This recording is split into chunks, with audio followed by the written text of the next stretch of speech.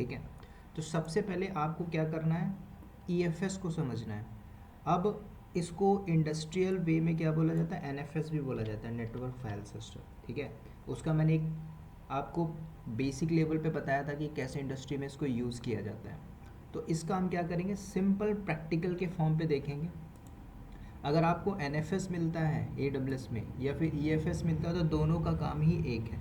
ठीक है, तो हम करेंगे क्या यहाँ पे, सिंपल आपने पूरा एकदम स्क्रैच से पढ़ा है कि बैकएंड में AWS में VPC क्या होता है, उसके अंदर रीजन्स क्या होते हैं, उसकी अवेलेबिलिटी जोन क्या होता है। तो यहाँ पे हमारा एक कोई भी रीजन हो सकता है, नॉर्दर्न वर्जीनिया और नॉर्दर्न कैलिफोर्निया, जो भी आपको लेना आप ले सकते हो। तो एक रीजन में आपके मिनिमम अवेलेबिलिटी जोन है ना, ये मैंने आपको बताया था, मिनिमम अवेलेबिलिटी जोन कितना होता है, 2, और मैक्सिमम अवेलेबिलिटी जोन क्या होता है, 6 होता है। ठीक है, तो आप चाहो तो 2 वाले को ले लो या फिर 6 वाले को ले लो। ठीक है, तो हम कोई भी एक रीज़न लेंगे उसमें, क्योंकि जब आप NFS लोगे, नेटवर्क फाइल सिस्टम, तो उसको कनेक्ट करने के लिए पूछता है कि आप सिंगल एजेंट पे कनेक्ट करना चाहते हो मल्टीपल्स अवेलेबिलिटी जोन पे। तो मैं यहाँ पे क्या करूँगा, अपना एक रीजन सेलेक्ट करूँगा जो हमारा होगा US-East-1। अब ये कौन सा रीजन होगा, ये होगा हमारा नॉर्दर्न वर्जीनिया। तो नॉर्दर्न वर्जीनिया के अंदर जो आपके अवेलेबिलिटी जोन है वो 6 होंगे, है ना, बाय डिफ़ॉल्ट। तो पहला अवेलेबिलिटी जोन ये होगा, दूसरा अवेलेबिलिटी जोन ये होगा, अब इसका नेम भी आपको मिलेगा, है ना, इसका कोड भी मिलेगा। तीसरा अवेलेबिलिटी जोन ये रहेगा, चौथा अवेलेबिलिटी जोन आपका ये रहेगा। ठीक है, और ये रहा पांचवा अवेलेबिलिटी जोन, फिफ्थ, और एक लास्ट 6th अवेलेबिलिटी जोन। अब आपके पास 6 अवेलेबिलिटी जोन है। सिंपल आप क्या करोगे, अपना रीजन सेलेक्ट करोगे, तो ये रेड कलर की जो बाउंड्री आपको बताएगा रीजन। अब रीजन के अंदर आपके अवेलेबिलिटी जोन होते हैं, तो यहाँ पे आपके जो अवेलेबिलिटी जोन होंगे आपके 6 हैं। ये होगा आपका 1A, तो बाजू वाला आपका होगा 1B, है ना, उसके बाद ये आपका होगा 1C, ये आपका होगा 1D, उसके बाद ये है 1E, और ये आपका 1F। 6 availability zone. तो जब आप एक रीजन में एक सर्वर लेते हो EC2, है ना, तो ये मान के चलिए आपका EC2 नॉर्दर्न वर्जीनिया के रीजन में किसी ना किसी अवेलेबिलिटी जोन पे आता है। जैसे मान के चलो किसी एक में आ जाता है, 1D में या 1C में। तो जब आप यहाँ पे सर्वर लेते हो, सर्वर को कनेक्ट करते हो, कनेक्ट करने के बाद उसमें SSH के थ्रू जाते हो, उसके बाद जब आप इस मशीन को कनेक्ट करते हो तो आपको यहाँ पे सिंपल समझना है, क्योंकि यहाँ पे आपका जो इनबाउंड रूल पे काम करता है आपका सिक्योरिटी ग्रुप है। ठीक है, क्योंकि जब आप किसी मशीन को कनेक्ट कर रहे हो तो सिक्योरिटी ग्रुप चाहिए ही चाहिए। तो यहाँ पे आपका एक सिक्योरिटी ग्रुप होगा, कस्टम हम बना के चलेंगे, जिसको हम बोलते हैं सिक्योरिटी ग्रुप। अब ये सिक्योरिटी ग्रुप क्या होता है ये भी मैंने आपको बताया था ना, कि कैसे हम इसमें पोर्ट अप्लाई करते हैं। तो हम यहाँ पे एक सिक्योरिटी ग्रुप भी लेके चलेंगे। तो जब आप अपने किसी भी इस मशीन को कनेक्ट करोगे, ये हमारे पास 6 अवेलेबिलिटी जोन है, मैं यहाँ पे किसी जगह पे भी एक सर्वर ले सकता हूँ। तो सबसे पहले हम क्या करेंगे, एक मशीन लेंगे, वो मशीन किसी भी अवेलेबिलिटी जोन पे आएगा, उसमें एक सिक्योरिटी ग्रुप अटैच करेंगे। सिक्योरिटी ग्रुप के बाद आपको क्या करना है, AWS में EFS को जाना है, क्रिएट करना है, और उस EFS को अटैच करना है। अब EBS में ऐसा नहीं था ना, EBS वॉल्यूम पे अलग था, वॉल्यूम बढ़ाते थे, घटाते थे, इंक्रीज़ करते थे, डिक्रीज़ करते थे, वह कमांड लाइन करते थे। ये आपका बहुत सिंपल सटिक बोलता है कि आप मेरे कंसोल पे आइए, AWS में EFS को क्रिएट करें, और अटैच कर दिया, अटैच करने को आपको वे बताएगा। ठीक है, तो आप यहाँ पे क्या करोगे, जब आप एक सर्वर ले लोगे, सर्वर लेने के बाद फिर आपको क्रिएट करना होगा EFS। तो मान के चलिए ये रहा मेरा EFS, तो EFS को भी आप क्रिएट करोगे, है ना, इसको बोलते हैं इलास्टिक फाइल सिस्टम। जब आप EFS क्रिएट करोगे तो EFS बोलता है कि मैं भी किसी ना किसी सिक्योरिटी लेयर पे काम करता हूँ। ठीक है, तो यहाँ पे भी आपका एक सिक्योरिटी ग्रुप आएगा, किसका, EFS का। तो एक सिक्योरिटी ग्रुप हो गया इंस्टेंस के लिए, दूसरा सिक्योरिटी ग्रुप हो गया आपका EFS के लिए। तो दोनों सिक्योरिटी ग्रुप में आपको देखना है कि कौन सा सिक्योरिटी ग्रुप किस पर्पज़ के लिए आपने दिया हुआ, और इसके अंदर आपको पोर्ट भी देना होगा। अगर पोर्ट मिसमैच है तो आप कनेक्ट नहीं कर पाओगे। ठीक है, तो सिंपल वे में आपको अपने EFS को कनेक्ट करना है। ठीक है, तो सिंपल इसका लैब हम कैसे करेंगे, सिंपल एक रीजन सेलेक्ट करो, मैंने सेलेक्ट किया था नॉर्दर्न वर्जीनिया, आप अपने AWS अकाउंट पे जाओ, उसको लॉगिन करिए।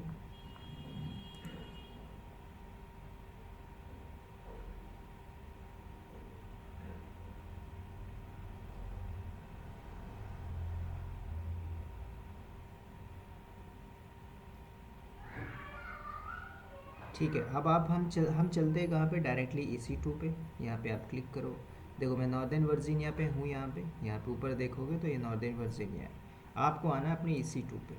अब यहाँ पे देखो आपने EC2 के अलग अलग टाइप पढ़े थे, T2.micro है ना, नैनो है, लार्ज एक्स लार्ज है। आपको ये सारी चीज़ें हाई लेवल के सर्वर पे नहीं करना है, प्रैक्टिकल सब कुछ आपको फ्री टियर पे करना है। जब आप कंपनी में बैठते हो तो कंपनी के अंदर बोला जाता है, डॉक्यूमेंटेशन बोला जाता है कि हाँ इस पर्पज़ के लिए ये सर्वर चाहिए, तब आप लॉन्च कर लो, ठीक है। क्योंकि आपका जो फ्री टियर है उसको आप प्रॉपर यूज़ करो 1 साल तक, इसमें आप फ्री ऑफ कॉस्ट प्रैक्टिस कर सकते हो। अननेसेसरी की सर्विस लेने से कोई फ़ायदा नहीं है। तो सबसे पहले हम क्या करेंगे, एक सर्वर लेंगे। देखो यहाँ पे एक सिक्योरिटी ग्रुप चाहिए, ठीक है। तो पहले या तो आप सिक्योरिटी ग्रुप बना लो कस्टम, या फिर आप डिफ़ॉल्ट सिक्योरिटी ग्रुप को भी ले सकते हो, ठीक है। तो सबसे पहले मैं एक कस्टम सिक्योरिटी ग्रुप बनाता हूँ। तो आपको देखना है कहाँ पे, सिक्योरिटी ग्रुप वाले पार्ट पे जाना है, ठीक है। ये देखो सिक्योरिटी ग्रुप है, आपको यहाँ पे जाना है। डिफ़ॉल्ट सिक्योरिटी ग्रुप होगा या फिर हमने कोई सिक्योरिटी ग्रुप भी बनाया होगा, तो आप चाहो तो उसको एडिट कर सकते हो, ठीक है। लेकिन EFS का लैब है तो मैं अपना कस्टम लेके चलूँगा, खुद का सिक्योरिटी ग्रुप बनाऊँगा और उसको अटैच करूँगा।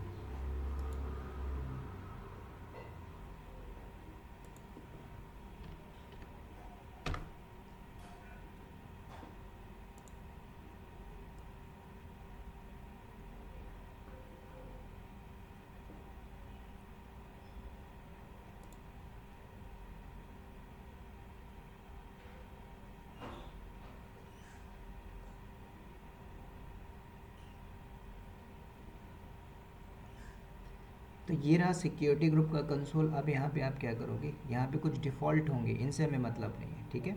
ये हमने बनाया था कुछ SBI का, जब मैंने लैब किया था मैंने बनाया था। अभी मैं क्या करूँगा, एक कस्टम बनाऊँगा। तो आप क्या करो, सिक्योरिटी ग्रुप क्रिएट करिए। तो सिक्योरिटी ग्रुप का नाम पूछ रहा है तो मैं यहाँ पे दे रहा हूँ EFS, राइट। अब यहाँ पे डिस्क्रिप्शन में भी आप दे सकते हो EFS के नाम से, क्योंकि हमारा लैब है EFS। अब थोड़ा सा आपको ध्यान देना है कि आपका जो VPC है कौन सा है। ये जो SBI VPC था कस्टम हमने बनाया था, इसको नहीं लेना, आपको लेके चलना डिफ़ॉल्ट, क्योंकि जो मैं सर्वर लॉन्च करूँगा डिफ़ॉल्ट VPC पे लेके चलूँगा। उसके बाद देखो यहाँ पे इनबाउंड रूल है, तो ये आप अलाउ कर दीजिए। तो अभी के लिए मैं यहाँ पे इस सिक्योरिटी ग्रुप में पूरे के पूरे रूल्स अलाउ करूँगा, ठीक है। तो अभी हमें मशीन को कनेक्ट करना होगा, तो SSH का मैं प्रोटोकॉल दे रहा हूँ। अगर आप चाहते हो कि नहीं मैं सारा का सारा यूज़ करना चाहता हूँ, तो आप यहाँ पे ऑल ट्रैफिक दे सकते हो, ठीक है। तो इस लैब के लिए मैं अभी यहाँ पे सिर्फ ऑल ट्रैफिक कर रहा हूँ। आप चाहो तो SSH भी दे सकते हो, ठीक है, क्योंकि हम EFS को परफॉर्म कर रहे हैं। मैंने क्या किया, क्रिएट किया सिक्योरिटी ग्रुप, ये मेरा सिक्योरिटी ग्रुप बना। तो हमारा पास एक जो सिक्योरिटी ग्रुप बना वो EFS के नाम से बन गया है, मैंने इसको बना लिया। अब आप क्या करोगे, EC2 लेके चलो, एक सर्वर लॉन्च करना है, ठीक है। तो जब आप सर्वर लॉन्च करोगे तो इस सिक्योरिटी ग्रुप को उस पर अटैच करना है, तो आपको कुछ नहीं करना है। अब हम चलेंगे इंस्टेंस में।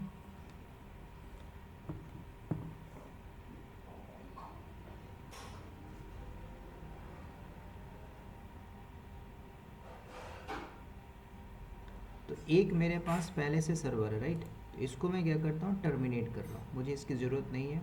हम अपना खुद का कस्टम बनाएंगे। तो go to the instance state और यहाँ पे टर्मिनेट करिए, मतलब इसको डिलीट करिए।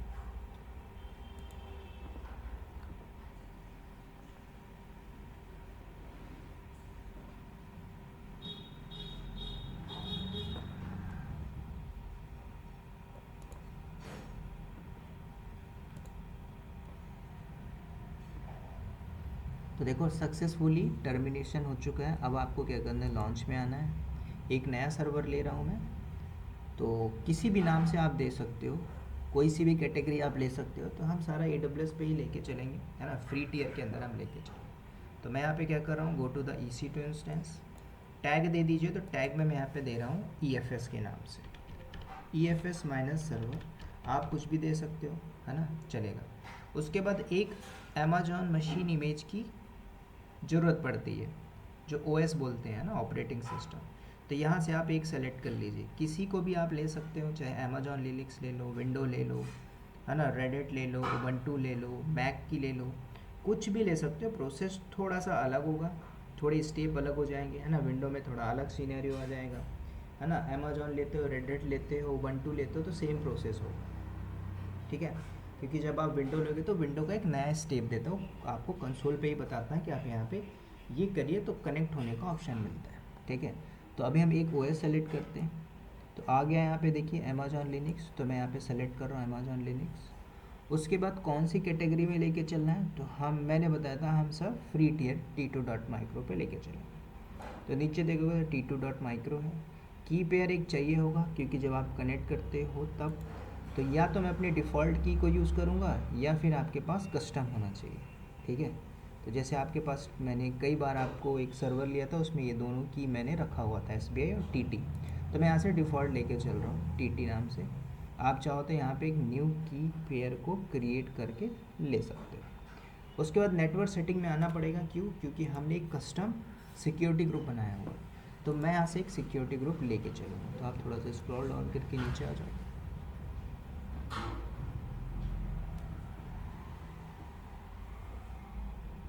तो यहाँ पे नेटवर्क सेटिंग में एडिट पार्ट में आना, एडिट करिए। एडिट के बाद हमारा डिफ़ॉल्ट VPC होगा, सबनेट हमें कोई चेंजेस नहीं करना है, बस आपको फोकस करना है क्या, सेलेक्ट एग्जिस्टिंग सिक्योरिटी ग्रुप, क्योंकि हमने बना के रखा हुआ था। यहाँ पे क्लिक करिए और EFS नाम से हमने बनाया था, देखो नीचे लिख के आएगा EFS, ये रहा EFS, मैंने यहाँ पे सेलेक्ट किया, done. No need to change, कुछ भी नहीं करना है, नाउ लॉन्च इंस्टेंस, ठीक है। अब ये मेरा सर्वर आ चुका है। अब ये सर्वर देखोगे, मैंने क्या किया था, रीजन हमारा था नॉर्दर्न वर्जीनिया। अब ये सर्वर किस रीजन में आया पहले हम देख लेते हैं, क्योंकि मैंने रीजन सेलेक्ट नहीं किया, मैंने डिफ़ॉल्ट लिया, है ना। अगर आप कस्टम बनाते कि नहीं मुझे 1A में ही लॉन्च करना है, तब आप सेटिंग के अंदर जाके सबनेट को चेंज कर देते, जो आपने VPC वाले कॉन्सेप्ट में देखा है, ठीक है। तो अभी आप देखोगे इस सर्वर को, एक बार पेज रिफ्रेश करिए, तो हमारे पास एक सर्वर आ गया, ठीक है, EFS के नाम से। तो देखो EFS सर्वर है, अभी रनिंग कंडीशन है। इसको आप देखोगे तो कहाँ पे आया हुआ है, अवेलेबिलिटी जोन साफ साफ लिखा है US ईस्ट 1C पे आया हुआ है, ठीक है। तो इस अवेलेबिलिटी जोन पे मेरा सर्वर चल रहा है 1C में। तो मतलब ये सर्वर जो चल रहा है 1C पे है, मतलब इसमें जो सिक्योरिटी ग्रुप है वो अटैच है 1C पे, लेकिन हमारे पास 1A भी है अवेलेबिलिटी जोन, है ना, 1B भी है हमारे पास अवेलेबिलिटी जोन, हमारे पास 1D भी है, हमारे पास 1E भी है, 1F भी है, ठीक है, 6 अवेलेबिलिटी जोन। अभी जो मेरा सर्वर है वो सर्वर कहाँ पे है, ये वाला है ना, EFS के नाम से। कल को आपने एक और सर्वर ले लिया, मान के चलो 1D पे आ गया, उसको भी अटैच करना है, तब कैसे करोगे, तब ये सारे ऑप्शन आते हैं, मल्टी एजेंट का ऑप्शन, ठीक है। तो अभी कि हमारे केस में अभी क्या चल रहा है, हमारा जो सर्वर है वो EFS 1C पे चल रहा है, ठीक है। तो इसमें सिक्योरिटी ग्रुप भी हमने दिया हुआ है। अब इस सिक्योरिटी ग्रुप में आपको देखना है कि जब आप EFS को क्रिएट करके अटैच करोगे तो सिक्योरिटी ग्रुप मिसमैच नहीं होना चाहिए, ठीक है। तो मेरे पास एक सर्वर है, इस सर्वर पे मैं क्या करूँगा, EFS को क्रिएट करके अटैच करूँगा। तो अब आपको क्या करना है, EFS पे जाना है, अटैच करना है।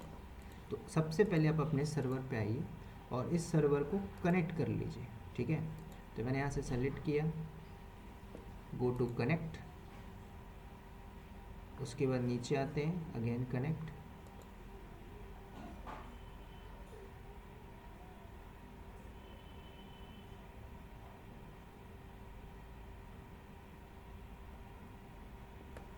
अब इसमें अटैच हुआ कि नहीं हुआ, कुछ मैंने आपको कमांड्स बताए थे, df-h, है ना, lsblk, ये सारे पार्टीशन के कमांड है, lsblk, है ना, df-h, है ना, mount-a कमांड, ये सारी चीज़ें मैंने आपको बताई थी। अब ये कमांड दोबारा यूज़ होगी, ठीक है। तो सबसे पहले एक बार सर्वर कनेक्ट हो जाए, कनेक्ट होने के बाद हम चेक करेंगे क्या कोई फाइल सिस्टम इसमें अटैच है कि नहीं, ठीक है। अब यहाँ पे हम चलते हैं रूट पे, तो आपको क्या यूज़ करना है, sudo -i। ठीक है, अब यहाँ पे क्या करना है, सिंपल आप चेक करिए LSBL पे आपके पास ये डिफ़ॉल्ट हार्ड डिस्क है, वॉल्यूम है, पार्टीशन, इससे मतलब नहीं है। हम एक नया फाइल अटैच करना है जिसको बोलते हैं EFS। तो उसके लिए EFS को क्रिएट करना होगा, राइट। तो जब यहाँ पे आप आओगे, ये मेरा सर्वर है, इसमें मुझे चेक करना होगा, ठीक है। तो सबसे पहले आपके पास EFS होना चाहिए। तो आप क्या करिए, अपने AWS अकाउंट में आइए और EFS को क्रिएट करो, ठीक है।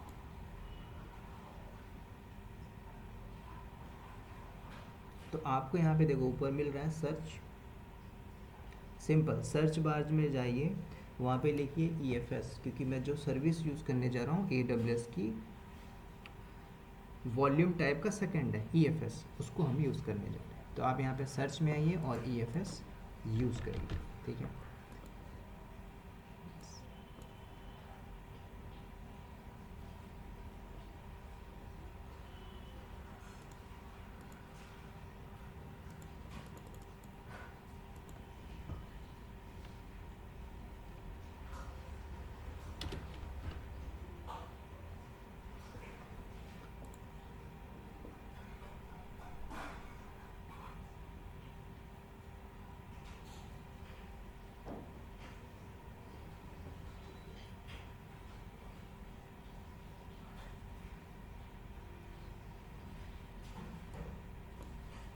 तो यहाँ पे आपको आना है सर्च पे, सर्च मारिए EFS, ठीक है। तो आपको जाना है EFS के अंदर, ये रहा इलास्टिक फाइल सिस्टम। अब ये सारी मैनेज सर्विसेज कौन मैनेज कर रहा है, AWS, है ना। मैंने आपको एक थ्योरेटिकल में पार्ट बताया था कि पहले क्या होता था, बैकएंड में कंपनी फिजिकली बनाती थी, अलग अलग डिपार्टमेंट होते थे, आपस में उनके बीच में मिसकम्युनिकेशन होता है। तो आप AWS खुद मैनेज कर रहे हो, तो इसलिए बोला जा रहा है AWS मैनेज सर्विस, ठीक है। आपको आना है EFS में, जैसे EFS खुलता है उसको आपको क्रिएट करना है, ठीक है। जैसे वॉल्यूम वाले पार्ट पे आते थे, वॉल्यूम को क्रिएट करते थे, सेम आपका है EFS। अब इसको आप देखोगे, इसमें कुछ आपने टर्म्स पढ़ा था कि scalability scale up scale down करता है ना। कल को आपने इस EFS को लिया हुआ है ना, कल को आपको इसमें n नंबर ऑफ डेटा रखना है, हटाना है, डिलीट करना है, इसकी लिमिट है ना, इसकी अनलिमिटेड लिमिट। वैसे अगर स्टैंडर्ड वे में देखोगे EFS के अंदर, तो आपको क्या बोलता है EFS कि यस आप इसको यूज़ कर सकते हो, है ना। इससे कुछ बेनिफिट है, फुली मैनेज है, AWS मैनेज कर रहा है, आपको स्पेस की वर्कलोड की प्रॉब्लम नहीं होगी, क्योंकि वो बैकएंड से मैनेज कर रहा है। तो जितना भी डेटा डालोगे उसमें जाता जाएगा, डिलीट मारोगे तो हटता जाएगा, स्केल अप स्केल डाउन होता जाएगा। इसलिए AWS बोलता है मैं आपको स्केलेबिलिटी देता हूँ, है ना, n नंबर ऑफ डेटा आप डाल सकते हो। अब यहाँ पे EFS NFS क्या है, सेम है। पहले इसको बोला जाता था NFS, AWS उसी को बोलता है कि मैं अपने टर्म में इसको EFS बोलता है, इलास्टिक फाइल सिस्टम। जब कंपनी पहले फिजिकली यूज़ करती थी ऑन प्राइम में, तो उसको बोला जाता था कि नेटवर्क फाइल सिस्टम आप बनाइए। आज आधी नौकरी चली गई ना, क्योंकि क्लाउड आ गया। तो क्लाउड क्या बोलता है कि वो चीज़ें मैंने कैप्चर कर ली, आप उसको यूज़ करिए, मेरी टीम यहाँ पे बैठ के मैनेज कर रही है, ठीक है। तो आपको सिंपल EFS को क्रिएट करना है। तो देखो यहाँ पे क्रिएट का ऑप्शन है, क्रिएट फाइल सिस्टम, नाम दे दीजिए। अब यहाँ पे थोड़ा सा ध्यान देना, ये बहुत इंपॉर्टेंट है। मैंने लिखा माई EFS के नाम से। VPC कौन सा होना चाहिए, जब आप किसी कंपनी पे रहते हो तो कंपनी का कस्टम रहता है। जैसे HDFC बैंक का EFS है, तो यहाँ पे वो लिखा होगा। जैसे यहाँ पे हमारे पास एक VPC बनाया था हमने SBI, तो आप डिफ़ॉल्ट ना लेके कस्टम लेके चलोगे। अभी तो जो मैंने सर्वर लिया है वो सर्वर मैंने एक डिफ़ॉल्ट VPC पे लिया है, ठीक है। तो अभी हमारे केस में डिफ़ॉल्ट होके चलेगा। तो मैंने यहाँ पे दिया माई EFS, यहाँ पे मैंने क्या दिया, डिफ़ॉल्ट VPC। उसके बाद देखो कस्टमाइज के अंदर आप आते हो, तो कस्टमाइज के अंदर कुछ चीज़ें मिलती हैं, क्या कि फाइल सिस्टम का जो टाइप है रीजनल लेके चलोगे। रीजनल मतलब अगर ये आप सेलेक्ट करते हो तो आप हर वो सर्वर जो 1A में है, 1B में है, 1D, 1E, 1M, F में भी कल को होता है, तो उसको आप अटैच कर सकते हो, ठीक है। उसको बोलते हैं मल्टीपल अवेलेबिलिटी जोन या मल्टी अटैच। यहाँ पे सिंपल आपसे ऑप्शन बोल रहा है, आप नहीं चाहते, आप चाहते हो कि सिर्फ वन जोन, मतलब एक ही अवेलेबिलिटी जोन को ही आप अटैच करना चाहते हो, तब आप यहाँ पे सेलेक्ट करोगे और जैसे 1C को ही आप अटैच करना चाहते हैं इस EFS को, तो 1C में ही हो पाएगा, 1A 1B 1D 1E 1F में नहीं हो पाएगा। जैसे आपने EBS में देखा था कि 1 अवेलेबिलिटी जोन पे एक बार में अटैच होता था, फिर डिटैच करके अटैच करते थे। लेकिन ये आपसे पहले ही पूछ रहा है कि आप मल्टीपल्स अवेलेबिलिटी जोन के लिए चाहते हो, तो कंपनी और प्रोडक्शन के अंदर ये भी चीज़ें वेरी करती हैं, है ना। यहाँ से अगर आप चाहते हो कि 1C में ही होना चाहिए तो 1C सेलेक्ट कर लो, उसके अलावा वो कहीं पे अटैच नहीं होगा। तो स्टैंडर्ड क्या होता है, कंपनी के अंदर आप रीजनल लेके चलोगे जिसके अंदर आपका मल्टीपल्स अवेलेबिलिटी जोन आ जाता है, ठीक है। उसके बाद ये लाइफ साइकिल क्या है, इस पर हम आगे पढ़ेंगे, आगे जो टॉपिक है ना S3 बकेट, उस पर हम देखेंगे। इसको मैं स्किप कर रहा हूँ। बाकी नीचे आ जाइए, कोई चेंजेस नहीं करना है, प्रोविज़न भी नहीं करना है, सिंपल आप यहाँ पे दे दीजिए क्योंकि मुझे मल्टीपल्स अवेलेबिलिटी जोन पे अटैच करना है। उसके बाद नीचे आइए, नीचे आने के बाद आपको क्या करना है, गो टू द नेक्स्ट। अब यहाँ पे देखिए आपके पास, आपने क्योंकि सेलेक्ट किया मल्टीपल्स अवेलेबिलिटी जोन, देखो 1A 1B 1C 1D 1E और 1F सारे के सारे आपके आ गए, ठीक है। तो आपको क्या करना है, गो टू नेक्स्ट।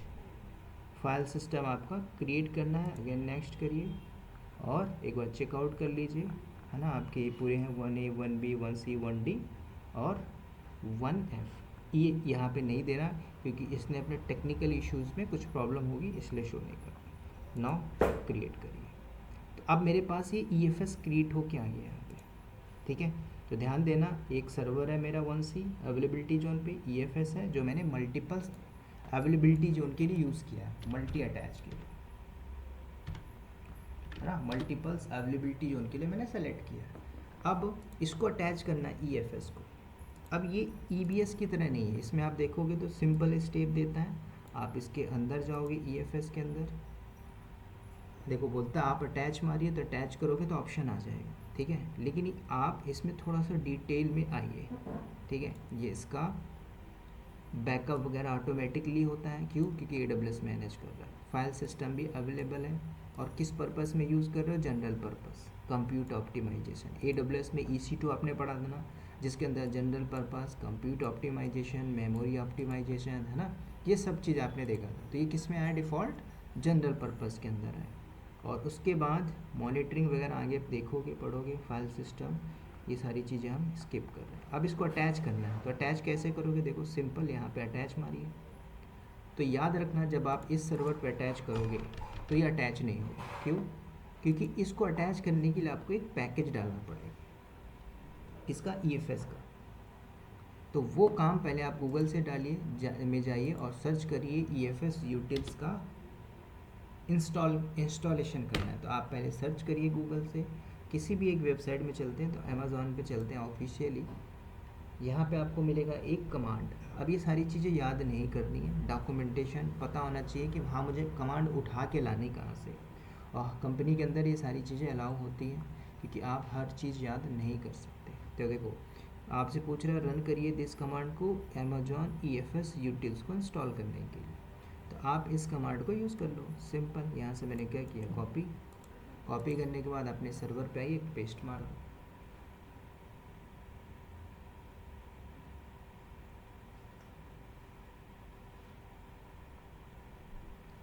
ठीक है, अभी ये EC2 यूज़र है तो रूट पे आते हैं, sudo-i।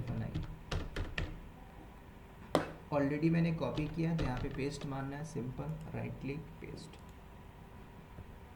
और यम कमांड आपने पढ़ा हुआ है, राइट। ये पैकेज इंस्टॉल हो गया। अब EFS को आप अटैच कर सकते हो, तो अटैच करने के लिए स्टेप देगा, तो आप अटैच पे क्लिक करिए। अब कैसे करना चाहते हो, वाया DNS के थ्रू या IP के थ्रू, ठीक है। IP के थ्रू करोगे तो ये ऑप्शन रहेगा, DNS करोगे तो ये दोनों ऑप्शन कर सकते हो। तो कौन सा करते हैं, मोस्टली हम जो करते हैं ये वाले वे से करते हैं, इन दोनों वे से आप कर सकते हैं। तो पहला वे हम क्या करते हैं, ये आपको बोल रहा है कि आप इस कमांड को उठाइए और पेस्ट मारो, ठीक है। तो सबसे पहले आपको पता होना चाहिए, मैंने माउंट वाला पार्ट बताया था कि माउंट करने के लिए आपके पास एक फ़ोल्डर होना चाहिए, है ना, mkdir। उसके बाद किसी भी नाम से एक फ़ोल्डर बना, उस पर माउंट करिए। तो माउंट की जो कमांड है वो खुद दे रहा है, कौन, EFS। तो पहले आप एक डायरेक्टरी बना लीजिए। तो मैं क्या करता हूँ, यहाँ पे आता हूँ और EFS नाम की एक डायरेक्टरी बनाता हूँ, /EFS बन गया। अब माउंट के लिए जो सिंटैक्स दे रहा है आप वहाँ से उठा लीजिए। ये ऑप्शन दे रहा है। सूडो मैं इसलिए नहीं लगा रहा हूँ क्योंकि हम रूट है ना। तो आप यहाँ से चुपचाप कॉपी कर लो, हेलो। यहाँ पे पेस्ट करो। बोलिए। ये जो ये मीन्स क्या आज का मीन्स डिटेल्स क्या था टॉपिक में, जैसे कि क्या करना था, ये जो क्रिएट करके हमें कुछ नहीं करना सेटअप था, करना था। हमें कुछ नहीं करना था, एक सर्वर में एक हार्ड डिस्क को अटैच करना था। जैसे आपका लैपटॉप है, आपके लैपटॉप हम्म। में एक नया हार्ड डिस्क हम्म। अटैच करना है, हम वही काम कर रहे हैं हम्म। वर्चुअली। ओके फाइन, ठीक है, थैंक यू। तो मैंने क्या किया, यहाँ पे देखो EFS माउंट करने के लिए मैंने एक डायरेक्टरी बनाई। तो मेरी जो डायरेक्टरी है फॉरवर्ड स्लैश पे, तो यहाँ पे आप सिंपल फॉरवर्ड स्लैश दे दो, एंटर मारिए। तो यहाँ पे माउंट होना चाहिए। अगर माउंट नहीं होता है तो एक एरर आएगा। वो एरर किस चीज़ का होगा, तो आपको मैंने बताया था कि दोनों सिक्योरिटी ग्रुप एक होना चाहिए, अगर मिसमैच है तो अटैच नहीं होगा। ठीक है, तो पहले हम एरर को लेके आएंगे, फिर सिक्योरिटी ग्रुप का कॉन्सेप्ट भी देखेंगे। तो अभी देखो क्या हो रहा, आपको क्या बोला, attempt 1/3 fail due to time out, क्योंकि कुछ ना कुछ इश्यूज़। अब आपको जाना है EFS के अंदर, है ना। EFS में आपको जाना है और देखना है कहाँ पे, नेटवर्क वाले पार्ट पे। यहाँ पे आप देखोगे आपके जो अवेलेबिलिटी जोन है, राइट। तो यहाँ पे आपको आना है मैनेज के अंदर। हमने एक EFS बनाया था, सिक्योरिटी ग्रुप बनाया था EFS के नाम से, हमारा 1C है। 1C में देखो कौन सा सिक्योरिटी ग्रुप है, यहाँ पे डिफ़ॉल्ट है, इसलिए अटैच नहीं हो रहा। तो आप इसको हटाइए, यहाँ पे सेलेक्ट करिए। हमने एक EFS के नाम से बनाया था, देखो ये रहा, इसको आप सेलेक्ट कर लीजिए। उसके बाद डन, नीचे आके सेव करो। जैसे मैं सेव करता हूँ, सर्वर पे आओगे तो ये मेरी कमांड ऑटोमेटिकली एग्जीक्यूट हो जाएगी और अटैच हो जाएगा। चल गई। अब कैसे देखोगे कि माउंट हुआ कि नहीं हुआ, अब आप चेक करो, DF-H आ गया EFS, ये देखो। अब ये EFS में हमारा माउंट हो, मतलब कि इस फाइल सिस्टम को मैंने 1C पे माउंट कर दिया, अटैच कर दिया। ठीक है, अब कैसे देखोगे कि इसमें कुछ डेटा है, अभी तो हमने फर्स्ट टाइम किया। तो आप क्या करो, CD करके /EFS में आ जाओ। मैं कुछ फाइल बनाता हूँ, तो मैंने टच किया ABC नाम से, 1 ... फाइल बनाता हूँ। ठीक है, LS करो, आ गया। अब हम इसको क्या करते हैं, यहाँ से मैं हटाता हूँ, दूसरा तरीका सिखाता हूँ। Ctrl+C, CD करके बाहर। अब इसको अनमाउंट करना है, तो U माउंट कमांड आपने पढ़ा, right. U mount /EFS, check करो हटा कि नहीं, तो DF-H करिए, हट गया। अब मैं आपको दूसरा तरीका सिखाता हूँ। तो आप दूसरा तरीका कैसे माउंट करोगे, अटैच मारिए, है ना, सेकेंड वाला ऑप्शन देखते हो, आया NFS। तो आप क्या करिए, सिंपल कॉपी करो। अब यहाँ पे मैं EFS नहीं लूँगा, मैं एक नया फोल्डर बनाता हूँ जिसके नाम से MKDIR, मैंने बोला टाटा पे माउंट करना है। ठीक है, टाटा नाम की डायरेक्टरी, मैंने सिंटेक्स कॉपी किया है, पेस्ट मारो यहाँ पे, और लास्ट में जो EFS है उसकी जगह आप टाटा कर दो। ठीक है, मैंने डायरेक्टरी इस बार चेंज की है। ये माउंट हुआ, चेक करो DF-H, नीचे देखो टाटा आया। क्या इसके अंदर डेटा होगा, यस, हमने पहले भी डेटा रखा हुआ था। तो अब आप CD करके /टाटा में जाते हो और LS करते हो, तो आपको वो फाइल मिलेगी। ठीक है, तो सिंपल वे था कि आपको EFS को अटैच कैसे करना है ना। तो कई बार आपसे पूछता है कि आप EFS को कैसे अटैच करते हो, है ना। तो आपको एक बात बताना है कि सर विदाउट पैकेज, जो आपने यूटिल्स का पैकेज डाला था उसके बिना आप अटैच नहीं कर सकते, है ना। तो जैसे मैंने यूटिल्स इंस्टॉल किया, फिर हमारा अटैच हुआ। अगर आप ये बिना पैकेज के, ठीक है, CD करके बाहर आता हूँ, एक बार हिस्ट्री चला के दिखा देता हूँ। अगर ये पैकेज आप नहीं डालते तब तक आपका इंस्टॉलेशन होता ही नहीं। ठीक है, आपको पता ही नहीं चलता कि ये बोल क्या रहा है, कर क्या रहा है। ठीक है, तो इसको बोलते हैं फाइल सिस्टम। तो ये बहुत सिंपल है, बहुत इजी है, कंपनी इसको यूज़ करती है फॉर द फाइल शेयरिंग के लिए, है ना, नेटवर्क शेयरिंग के लिए, है ना, कॉस्ट के लिए, एन नंबर ऑफ डेटा रखने के लिए कंपनी बोलती है कि आप यूज़ करिए फाइल सिस्टम। कल को आपके पास और भी सर्वर हैं, मान के चलिए 1A में चल रहा है, 1F में चल रहा है, 1C में है, है ना। कल को इनमें भी अटैच करना है इसको तो पॉसिबल है, यस। आप क्या करोगे, हर सर्वर पे इनके नेटवर्क पार्ट में जाना और सिक्योरिटी ग्रुप इसका जो है वो अटैच कर देना, ये सारे के सारे अटैच हो पाएंगे, है ना, एट द सेम टाइम पे। इसलिए बोला जाता है मल्टी अटैच। तो जो आपका ई एफ एस है ये मल्टी अटैच भी होता है, ठीक है। और मैंने बताया था ई बी एस और ई एफ एस में which one is the cheapest, तो आपका ई एफ एस चीपेस्ट होता है, ठीक है। अब आगे एक और टॉपिक पढ़ोगे पार्ट स्टोरेज का, जो आपका अगला होगा ई डब्ल्यू एस में एस थ्री, वो और चीपेस्ट होगा, उसका अलग फंक्शन होगा, ठीक है। तो आपने दो टाइप के स्टोरेज देख लिए, पहला था आपका ई बी एस और दूसरा आपका था ई एफ एस, ठीक है। अब तीसरा स्टोरेज आप देखोगे S three bucket, simple storage service, ठीक है। तो एक बार पहले मैं अपनी स्पीड चेक करता हूँ क्योंकि थोड़ा बहुत ज़्यादा डीके हो रहा है, राइट।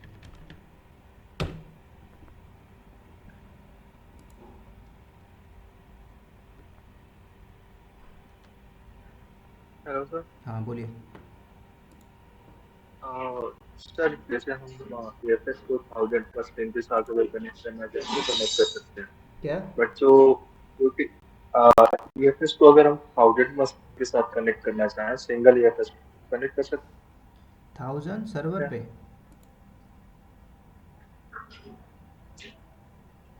एक बार और रिपीट करो।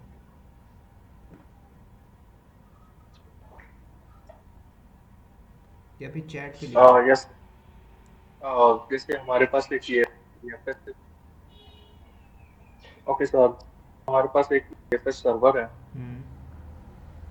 और जिसे हम ईएफएस स्टोरेज है और उसे हम 1000 सर्वर के साथ अटैच करना चाहते हैं तो हो जाएगा। हाँ हो जाएगा। एक ही ईएफएस को 1000 इंस्टेंस से अटैच कर, तो जो सिक्योरिटी ग्रुप होगा सर वो सारे इंस्टेंस के लिए अलग अलग यूज करेंगे या same security group? Same security group.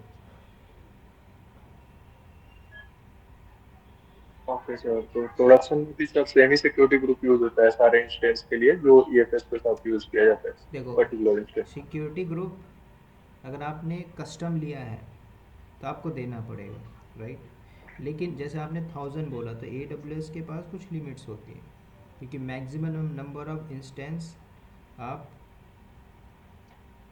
कर सकते हो, क्योंकि इसके अंदर कोई लिमिट नहीं है कि इसके अंदर ए डब्ल्यू एस में, क्योंकि मैक्सिमम नंबर ऑफ आप किसी प्रोडक्शन पे बैठते होते कि भाई हमें 1 लाख सर्वर चाहिए, डिपेंड्स ऑन आपका फाइल सिस्टम साइज क्या है, परफॉर्मेंस क्या है। कल को आपको 100 टीबी बढ़ाना है, 100 टीबी, है ना, 1 टीबी नहीं 100 टीबी चाहिए, उसको फिर 200 टीबी करना है with the help of A W S support, तो ए डब्ल्यू एस सपोर्ट भी देता है ना। तो कल को आपको इंस्टेंस चल रहा है आपका बैक एंड में, है ना, फाइल सिस्टम भी अटैच है। कल को कंपनी में एक ऐसा टास्क आया कि भाई हमें एक और सर्वर पर अटैच मारना है, तो आपके पास फाइल सिस्टम है तो उसको अटैच करने के लिए आपने तो मल्टी एजेंट लिया ना, मल्टीपल्स इन्वायरमेंट के लिए। तो जब आप अटैच करने जाओगे तो सिक्योरिटी का कॉन्सेप्ट ज़रूर आएगा, तो सिक्योरिटी ग्रुप अगर आपने डिफरेंट दिया तो अटैच नहीं होगा, ठीक है। जैसे मैं जब अटैच कर रहा तो एरर आ रहा था, जब हमने सिक्योरिटी ग्रुप दिया तो अटैच हो गया।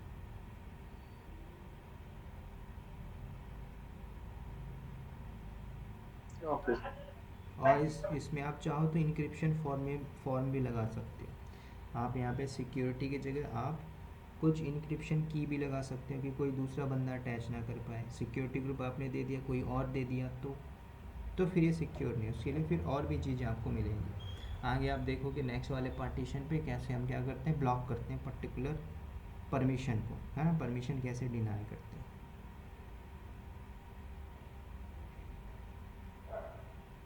इसके बाद अभी आपने एक और स्टोरेज होगा आपका एस थ्री के बाद हम पढ़ेंगे आई एम टॉपिक, है ना। और आई सर एम, हाँ बोलिए। भी मेरे तो सर सारा बाउंस जा रहा है सर, से कुछ समझ में नहीं आ रहा, बस ऐसा बस इतना थोड़ा लग रहा है कि जैसे आप सब सर्वर क्रिएट कर रहे हो बस।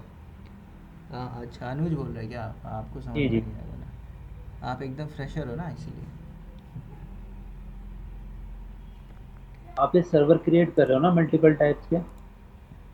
अभी आपने पूरे पिक्चर में क्या समझा, मैंने क्या होता है? ये सर अभी मैंने बोला ना, मेरे तो बाउंस जा रहा है सारा, बस मुझे थोड़ा बहुत अगर समझ में आता है, ऐसा है कि जैसे हम सर्वर क्रिएट कर रहे हैं जैसे। चलो वो छोड़ो, बैकएंड में मैंने कंसोल से क्या किया छोड़ो, आप डायग्राम को देख के क्या समझे अभी बताओ।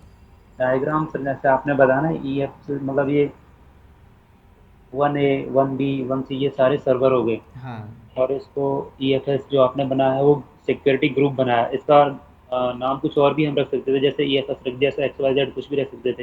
राइट। तो इनको हम जैसे जब ये वर्क करेगा तो ये मल्टीपल इसको कनेक्ट भी कर सकते हैं और सिंगल भी कर सकते हैं। राइट बस इतना ही समझ आया सर। चलेगा। देखो अभी आप एकदम बिगिनर हो है ना, अब हम्म, आप सिंपल समझिए, आपके पास लैपटॉप है, उसको सर्वर बोलिए है ना।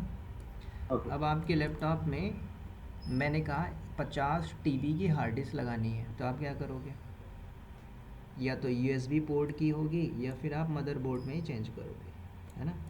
तो आप क्या ओके। करोगे, दुकान से जाओगे, 50 TB की हार्ड डिस्क लाओगे ख़रीद के, उसको अटैच करोगे। तो आप ये क्या काम कर रहे हो, फिजिकल लेवल पे कर रहे हो। आप दुकान पे गए, सामान खरीद के लाए, अटैच की। 3 दिन बाद फिर मैं बोलता हूँ कि आप उसको 80 TB करो, तो 50 से आप फिर 30 TB लेके आओगे, है ना। 15 दिन बाद फिर मैं बोलता हूँ एक काम करो, उसको 99 TB करो। तो आप इस तरह से काम करते रहोगे फिजिकल लेवल पे। सेम समझो, जब आप कंपनी में हो तो कंपनी के पास ऐसा टास्क आएगा, तो अब आप कंपनी की गाड़ी लेके जाओगे, है ना। सर्वर को बढ़ाओगे, घटाओगे, ज़रूरत पड़ेगी लेके जाओगे कंपनी की गाड़ी।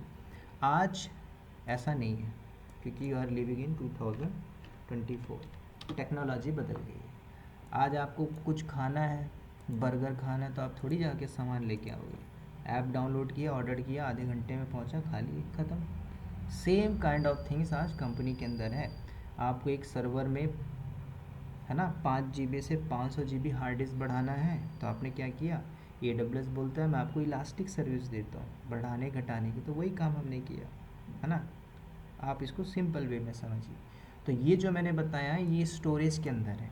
अभी हमने इसके प्रीवियसली देखा था EBS, वो ब्लॉक बेस्ड स्टोरेज था। आपने उसको नहीं देखा, तो इसलिए आपको 80% चीज़ें समझ में नहीं आई होंगी, ठीक है। इसके बाद हमने EFS पढ़ा, है ना। तो EFS में आपको कुछ चीज़ें समझ में आई होगी। कल की क्लास आप पढ़ोगे S3, तो S3 में आपको 30% समझ में आएगा, क्योंकि आपने बैकएंड की जो स्टार्टिंग की क्लास है वो नहीं देखी, ठीक है। बाकी कोई नहीं, वो आप समझ जाओगे, ठीक है। तो आज मैं इतना ही रखूँगा, क्योंकि थोड़ा सा इंटरनेट भी स्लो है, राइट, और कुछ लोग और भी नहीं है, ठीक है। तो हम क्या करेंगे, कल स्टार्ट करेंगे नेक्स्ट स्टोरेज का पार्ट, जो आपका होगा AWS में S3, ठीक है। S3 पे हम बात करेंगे, और ये भी बहुत इंपॉर्टेंट है, तो इसको हम एकदम बिगिनर लेवल पे, स्क्रैच लेवल पे समझेंगे, ठीक है। आपको कुछ भी नहीं आता, लेकिन आप कॉपी पेस्ट करके कर लोगे कि ये S3 है क्या, इस स्टोरेज को क्यों यूज़ करते हैं, सारा कुछ, ठीक है।